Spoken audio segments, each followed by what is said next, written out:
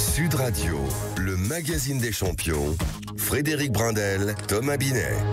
Bonsoir, c'est Champions du sport au business, chaque samedi soir donc sur Sud Radio. Une émission spéciale cette semaine, car la championne que nous recevons s'intéresse professionnellement justement à ce qui nous rassemble autour de cette émission, la reconversion des sportifs. Pauline Ekambi, légendaire internationale de basket, la deuxième plus capée de toute l'histoire de l'équipe de France, devenue chef d'entreprise et une femme engagée qui compte. Avant d'utiliser ses mains et de devenir aujourd'hui l'une des meilleures basketteuses françaises, puisqu'elle est vice-championne d'Europe, 3 fois championne de France. Je vous demande de l'accueillir sans plus tarder, parce qu'en plus, elle est très jolie. Pauline Ekambi. J'incarne la féminité dans le sport et non pas le sport féminin qui aujourd'hui avance vers le dégenré. Donc si on voulait avoir les mêmes droits que nos homologues masculins, il fallait qu'on soit plus féminine, si on voulait être plus médiatisé, satisfaire certainement le fantasme de 90% des hommes qui géraient, qui gouvernaient le sport, quoi. Encore des applaudissements s'il vous plaît pour Pauline Ekambi, Liliane Trévisan. Merci beaucoup Pauline. Ma promesse en héritage d'audition en fera. À la résilience, c'est surtout de faire de mon histoire personnelle un combat, un message pour donner l'espoir aux victimes qu'on peut s'en sortir et puis aussi sensibiliser la société sur ce fléau. Une légende du basket des années 80-90, Pauline Ekambi à la tête depuis 10 ans de Sportel Committee. Bonsoir et bonne année du coup Pauline. Bonsoir. Bah oui, et oui, on est en 2025, Saluons Thomas Binet qui nous éclaire sur l'entrepreneuriat et la reconversion professionnelle. Il sera alors votre coéquipier pendant ces missions, parce que habituellement il coach, mais là vous êtes déjà bien installé et plus que l'habituel coach, donc également vous êtes devenu pour de nombreux sportifs, cher Thomas, un guide. Alors bonne année à vous également encore, même si on se l'est déjà souhaité la semaine dernière. Absolument, bonsoir Frédéric, bonne année à vous, bonsoir Pauline, bonne année à vous et bonsoir à tous ceux et à toutes celles qui nous écoutent. Pauline Ekambi, en 1993, votre génération ouvre la voie du haut niveau au sport collectif féminin français avec les Souvray, Fijalkowski, Moussard. Vous devenez vice-championne d'Europe de basket. Vous êtes alors la grande sœur et ce rôle d'accompagnement, de conseil ne va jamais vous lâcher. Après avoir endossé le rôle de consultante à la télévision, brillé à HEC, épinglé une légion d'honneur, vous êtes devenue chef d'entreprise de Sportel Committee, une société qui accompagne les sportifs dans leur double projet, sport et professionnel. On dirait donc notre émission finalement, ce que vous faites. Logique que vous en soyez l'invité référence. C'est le premier rendez-vous de l'émission, le relais, une série de questions, chère Pauline, sur le chemin qui vous conduit du sport jusqu'à votre activité professionnelle, qui vous occupe à un temps monstre. On est d'accord, aujourd'hui c'est chef d'entreprise. Chef d'entreprise, engagements sociaux, vie personnelle. J'ai une vie bien remplie, mais j'arrive quand même à me dégager du temps. quand même, dit-elle. La vie, c'est pas le travail. Je travaille pour vivre, pour bien vivre. Une question d'organisation également. Exactement. Ouais. Oui, mais ça, c'est l'esprit Pauline Ekambi. Déjà sur le terrain, on avait cet esprit. Moi, je m'en souviens. Bon, le basket vous a amené aux États-Unis, dans les grands clubs français aussi, comme le Stade Français. À l'époque, encore peu de professionnels. Et ce sont des expériences finalement qui ont constitué votre fond de jeu aujourd'hui, quoi. Tout cela. Oui, tout à fait. Peu de professionnels, si on a commencé. C'était semi-professionnel à l'époque. C'était notre époque, les femmes en tout cas. Ouais. Je ne sais pas si vous avez vu le dernier documentaire sur les Demoiselles de Clermont qu'a réalisé l'équipe avec Nicolas Deverieux récemment. Elles étaient professionnelles, non salariées déjà. C'était déjà structuré. C'était un sport où on investit très féminin, considéré comme sport féminin. Et ensuite, ça a été structuré avec la première promotion INSEP à laquelle j'ai participé en 1976 à l'INSEP. Et là, avec des entraînements tous les jours, sport-études, plus intégration dans un club professionnel très tôt, où on a été rémunéré. Et donc, ça a été les premières bases du professionnalisme féminin. Ouais, mais là encore, c'est très intéressant parce que vous êtes au début de quelque chose et ça va vous poursuivre. Pauline, certes, les basketteuses françaises sont vice-championnes olympiques, mais vous demeurez donc une référence pour cette génération. Vous êtes la deuxième plus sélectionnée de l'histoire. 254 fois, vous avez porté le maillot de l'équipe de France. Alors, 25 ans après votre fin de carrière, est-ce que cette médaille à Paris aura un peu été la vôtre ? C'est celle du sport français, c'est celle du basket français, c'est celle de ces actrices et acteurs sur le terrain, donc des sportifs aussi. C'est celle des partenaires aussi, parce que pour arriver à toutes ces performances, il y a du monde, il y a toujours des personnes de l'ombre aussi qui œuvrent. C'est celle des entraîneurs, des bénévoles, c'est celle de...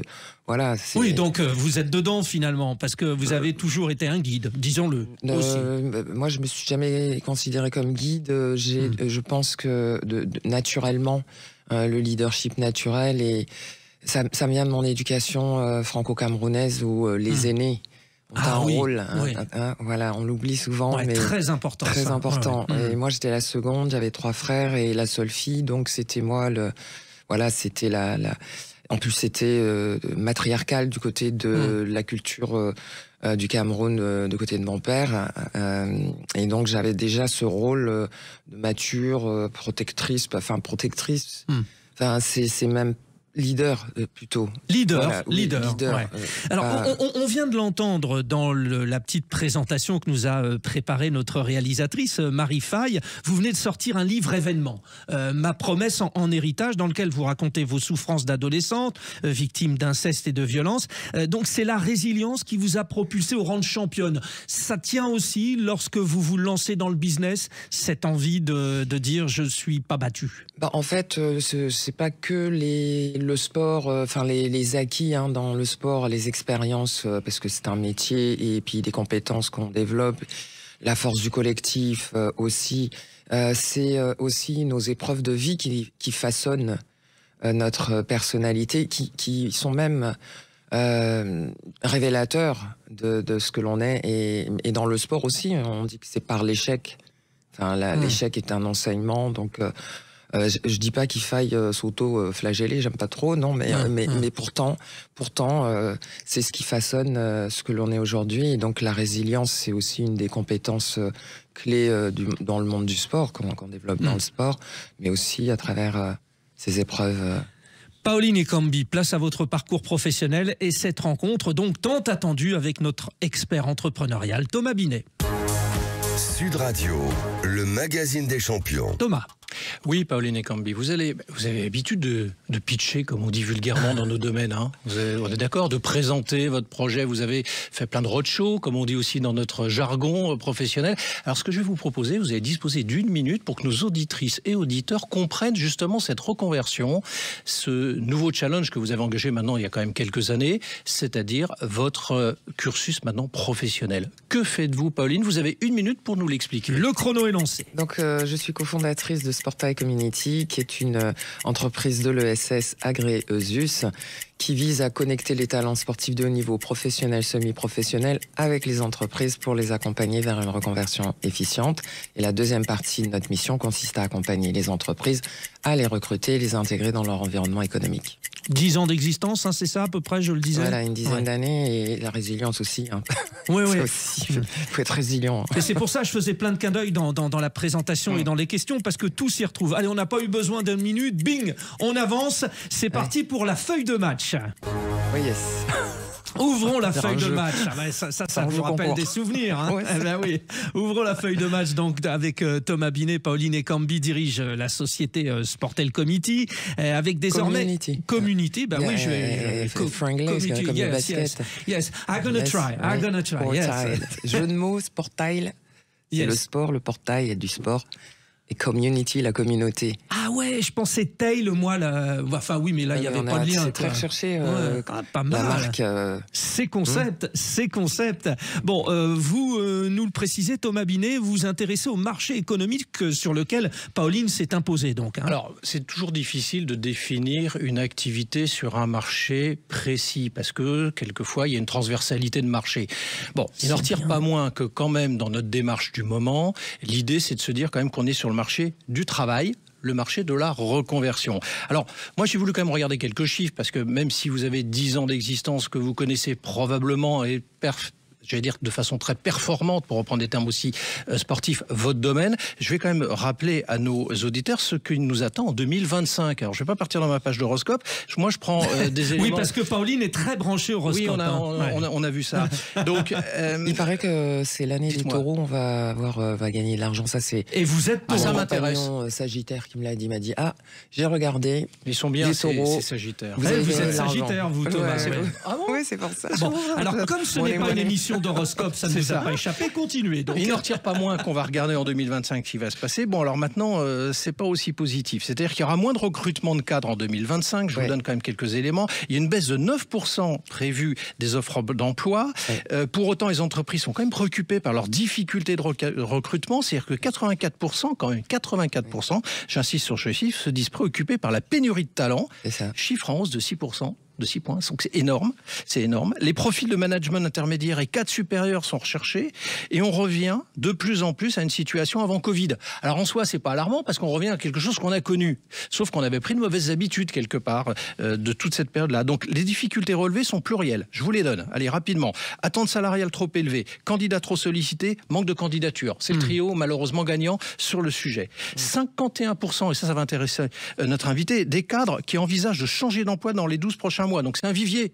Ben voilà, c'est ça qu'il faut voir. Parce que forcément, le business de notre invité, c'est sur la transformation, le changement. Donc si on ne change pas de société parce qu'on a peur, parce qu'il y a des problèmes économiques dehors et que, entre guillemets, on se bunkérise dans la société, eh ben on ne sort pas. Et vous avez moins de business. Pauline et Cambi, ça va être dur en 2025. Tendu. Dur peut-être pas. Tendu, pardon. Enfin bon, après... c'est aussi, on est en train de changer. Nous, on aime bien redéfinir les règles du jeu. Il faut innover, il faut s'adapter aussi dans les process de recrutement, différenciant quand on parle d'inclusion, de diversité. Il faut adapter ces process de recrutement en étant différenciant, parce que nous, on l'a vu avec les sportifs, et on rencontre encore des entreprises qui sont toujours sur le même modèle et sur le CV. Il y a un moment, le CV, c'est pas ce qui fait la personne. Donc il y a plein de choses que nous, par rapport à notre communauté, les talents que nous accompagnons, dans notre mission vis-à-vis des entreprises, on les conseille pour adapter ces process à ces profils, savoir comment les intégrer, comment les manager. Enfin, voilà, vous avez déjà anticipé le truc. Alors, vous l'avez entendu, c'est le son du buzzer. Combien de temps par réponse? Ça vous rappelle quelque chose, le buzzer? C'est quoi, 10 secondes par réponse, c'est ça? Le buzzer, chez vous, c'est à 24 secondes, non? Là, c'est 24, mais moi, à mon époque, c'était 30. Hein. Ouais, bah oui. non, ça marque la mi-temps de champion du sport au business. Dans un instant, nous évoquerons avec Pauline et Cambi et Thomas Binet la reconversion des sportifs, le sujet qui nous guide, qui guide notre invité, et bien sûr, notre émission, notre invité, légende du basket français, Pauline et Cambi. À tout de suite.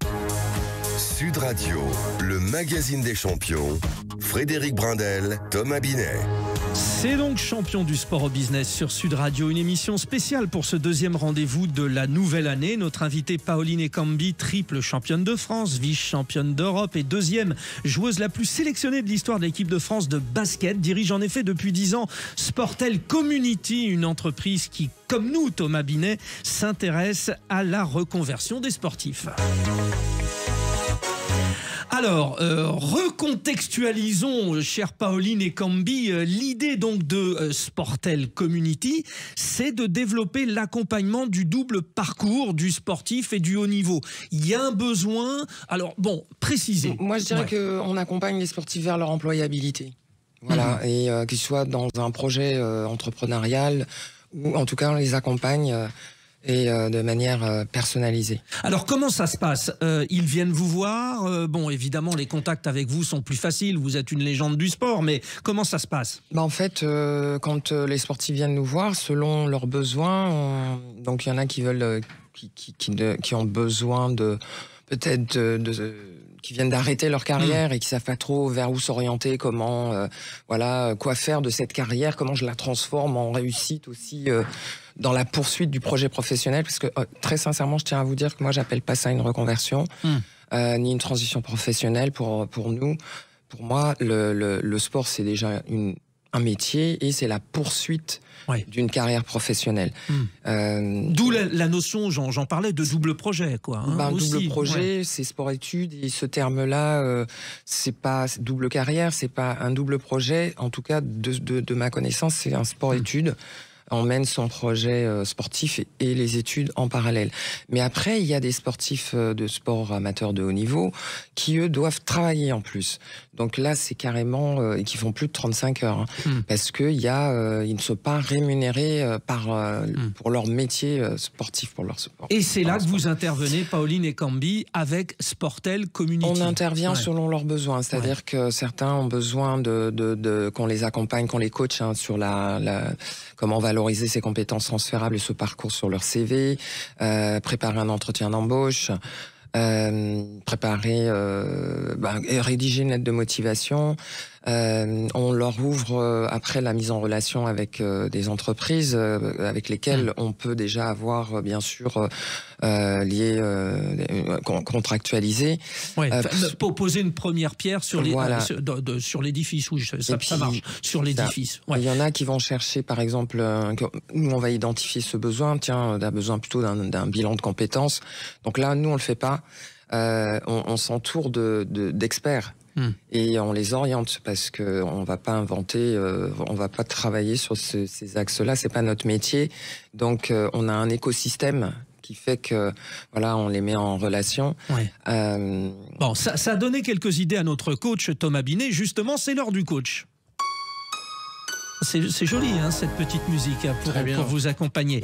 Thomas Binet, Pauline Ekambi, abordons donc la question du modèle économique de Sportel Community, peut-être les enjeux marketing, parce que la boîte existe, mais elle peut faire un grand bond parce qu'il y a un besoin énorme. Alors, on l'a évoqué en première partie de l'émission, il y a un marché du recrutement qui va être un peu tendu, reprenons les mots utilisés tout à l'heure sur le marché du travail cette année, je vais dire l'année prochaine parce que je me basais par rapport aux études faites en 2024, mais dans le même temps, allez, on va être en vrai marketeur qu'on est, ces menaces, c'est des opportunités et des opportunités pour vous. Parce que par définition, on le sait tous, même si on ne se le dit pas souvent, et on va le dire ce soir, on ne remet en cause ces partenariats, on ne remet en cause ces habitudes qu'à partir du moment où on est dans une situation de difficulté. Sinon, on est dans une zone de confort. Ça, les sportifs connaissent, Pauline acquiesce. Pourquoi changer quelque chose qui marche? C'est ce que les gens se disent. Alors que généralement, faut pas attendre que ça ne marche plus pour le changer ou les faire évoluer. Très français. Voilà. Exactement. Donc, l'avantage de la situation, il faut le lire comme tel. C'est un monde de menaces, mais du coup, moi, je vais le lire en monde d'opportunités, et c'est ce qui vous attend sur cette année. Alors, ça veut dire qu'effectivement, et vous l'avez évoqué dans votre présentation tout à l'heure, votre société est une entreprise d'abord de l'économie sociale et solidaire, parce que vous avez utilisé l'acronyme que je développe pour nos auditeurs, ESS. Ça veut dire que vous êtes une entreprise qui a et transporte des valeurs également. Ça, c'est très important. Ils ne font pas du recrutement pour faire du recrutement. C'est du recrutement qui est accompagné par un certain nombre de valeurs fondamentales. Et donc, ça veut dire quoi? Quand vous avez des valeurs fondamentales, Frédéric, vous attirez à vous des gens qui ont des fondamentaux de valeurs. C'est la même chose. Donc, ça veut dire, donc, ça veut dire que les entreprises, au même titre que les sportifs, ils vont se retrouver là-dedans. On est d'accord? Pauline, l'idée des valeurs, évidemment. Bon, vous acquiescez, j'ai vu, tout va bien. Quelques repères, quelques valeurs à donner, par exemple? Oh là, il y en a beaucoup des valeurs, les valeurs. Donc le bien-être, l'humain au cœur de la performance, le bien-être, l'épanouissement individuel et s'engager pour l'intérêt général. Et alors moi, ce que j'ai relevé, si vous m'y autorisez à intervenir à cet endroit-là, ce que vous dites d'ailleurs sur vos outils de communication, pas là, vous voulez que je revienne plus tard? Allez-y. Pour les entreprises, parce que le modèle économique, c'était un peu votre question tout à l'heure, on va se poser la question, c'est le qui paye. Et qui paye, on le sait, Pauline, ce sont les entreprises. C'est les entreprises, bien sûr. Alors les entreprises, quelle est quelque part leur valeur aussi qu'ils peuvent traduire là-dessus? C'est d'abord un boost de performance, vous le dites vous-même, j'ai repris vos mots, comme ça, il n'y aura pas de problème de copyright.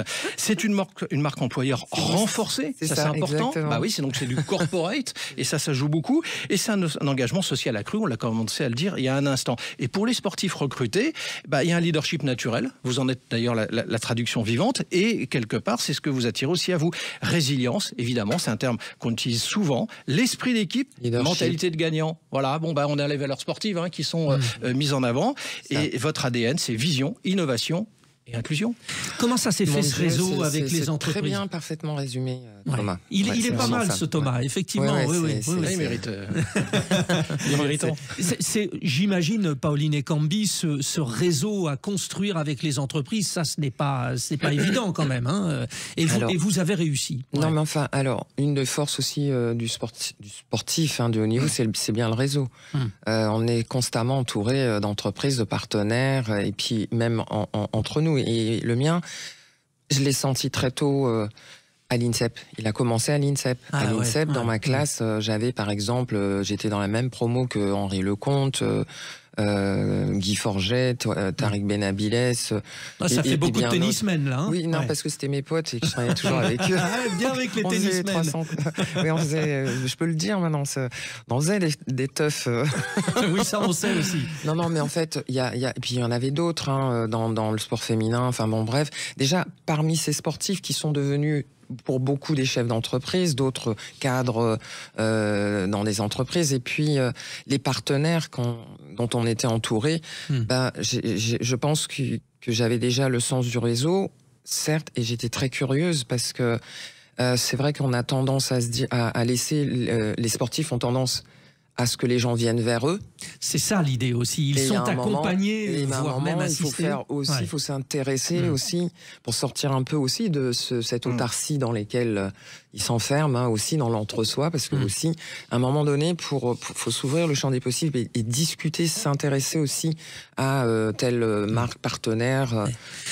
Thomas Binet, en préparant cette émission, vous m'avez dit, mais ça ressemblerait même à un LinkedIn du sport, c'est ça? Oui, parce que je pense que les choses, quand on les a pensées, il faut les qualifier. C'est bien d'avoir quelque chose qui permette d'accrocher l'esprit des gens. Donc quand on dit LinkedIn, quand même, c'est maintenant une plateforme quand même qui est bien connue de tous et qui est vraiment référente dans le domaine du recrutement et du réseau social, c'est-à-dire de l'entraide, de l'accompagnement, du conseil, etc. Donc un LinkedIn des sportifs, oui, je pense que c'est effectivement quelque chose qui s'en rapporte et on peut le qualifier comme tel. Oui, parce que pour ne pas rester que virtuel, et effectivement pour elle, on a aussi créé un événement qui permette de justement rassembler ces talents avec les entreprises et les professionnels de la formation aussi. Et puis vous avez raison, parce que très sincèrement, aujourd'hui, il faut revenir aussi dans un phénomène dit de vraie vie. On l'a oublié avec les années Covid, très clairement. Le virtuel avait pris le pas sur beaucoup de choses. Et vous venez de le dire pour vous-même, mais dans d'autres, on fait le même constat que le vôtre, c'est-à-dire c'est bien d'avoir du digital, mais ça ne suffit pas. Il faut remettre les gens en face. Exactement. Alors, on a besoin d'un petit renfort. Le voici, c'est parti. Jingle. Sud Radio, le magazine des champions. Eh oui, renfort pour nos sportifs habituels. Alors, quelques petites questions qui feront foi comme conseil pour lancer cette année Pauline Ekambi. Déjà, on est bien d'accord, pour les sportifs et leur projet, leur double projet, ça dépend des sports pratiqués. Quand on est dans le basket, dans le football, dans le tennis, ça va. Quand on est escrime, taekwondo, c'est plus difficile. Disons que ça va, c'est pas les mêmes problématiques, mais il est certain que nos sportifs de haut niveau devraient être rémunérés pour leur pratique, qu'ils soient issus de sports amateurs de haut niveau ou pas. Ils y consacrent quand même du temps. Comme je dis, c'est un métier. Il faut plus le considérer comme on avait l'habitude avant en France comme un loisir. Il faut peut-être parce que moi je viens d'un sport américain, c'est un métier, voilà, ils doivent être rémunérés pour cela et ensuite poursuivre leur carrière professionnelle. C'est pour ça que ces termes, moi je les trouve très vieillot, reconversion, double projet, c'est même pas marketable pour moi dans mon esprit. C'est un prolongement. Ouais, c'est un prolongement. Et d'ailleurs, Tony Parker le dit aussi. Je sais pas si c'est le basket, mais nous, on a déjà cet esprit entrepreneurial dans ce sport. On a toujours l'esprit business, image, voilà. Et Pauline, dernière question, le sportif est-il formaté pour les exigences de la vie professionnelle ? C'est quoi formaté ? Est-ce qu'il est prêt ? On parlait tout à l'heure d'accompagnement, de surassistanat, finalement, quand il se retrouve dans l'entreprise. Alors, c'est vrai qu'il faut savoir qu'on intègre les pôles France, les pôles de centres de formation très tôt, dès l'adolescence. Et c'est à partir de là qu'il faut les ouvrir. Parce qu'un sportif peut être un centre de profit très tôt et on leur donne pas les clés pour gérer leur business. Donc, il faut leur apprendre le métier de sportif de haut niveau. Mais le métier, c'est la gestion de patrimoine, la gestion financière, l'image, etc. Et aussi ne pas les faire vivre en autarcie par obsession de la performance. Voilà, Bon, ça y est, si nous y sommes. Bah oui, ouais, c'est le petit bip final. Bah oui, quel bonheur. Merci. On était bien. Merci Pauline Ekambi d'avoir été notre deuxième invité de l'année, finalement. Je suis ravi. Mais invité spécial parce que oui, vous êtes aujourd'hui à la tête de Sportel Community et d'une certaine manière, le beau challenge que vous vous êtes fixé, c'est un peu aussi celui qu'à notre niveau en radio avec Thomas Binet, nous nous sommes fixés, c'est-à-dire d'accompagner donc ce projet professionnel des sportifs. Merci. Magnifique. À Marie Faye qui était à la réalisation. Merci Pauline Ekambi. Merci beaucoup. Et Frédéric, on ne merci se quitte Thomas. pas parce que vous nous envoyez vos petits coachés en invité. Carrément. Allez, Carrément. Tout de suite, on retrouve Anthony Martin-Smith.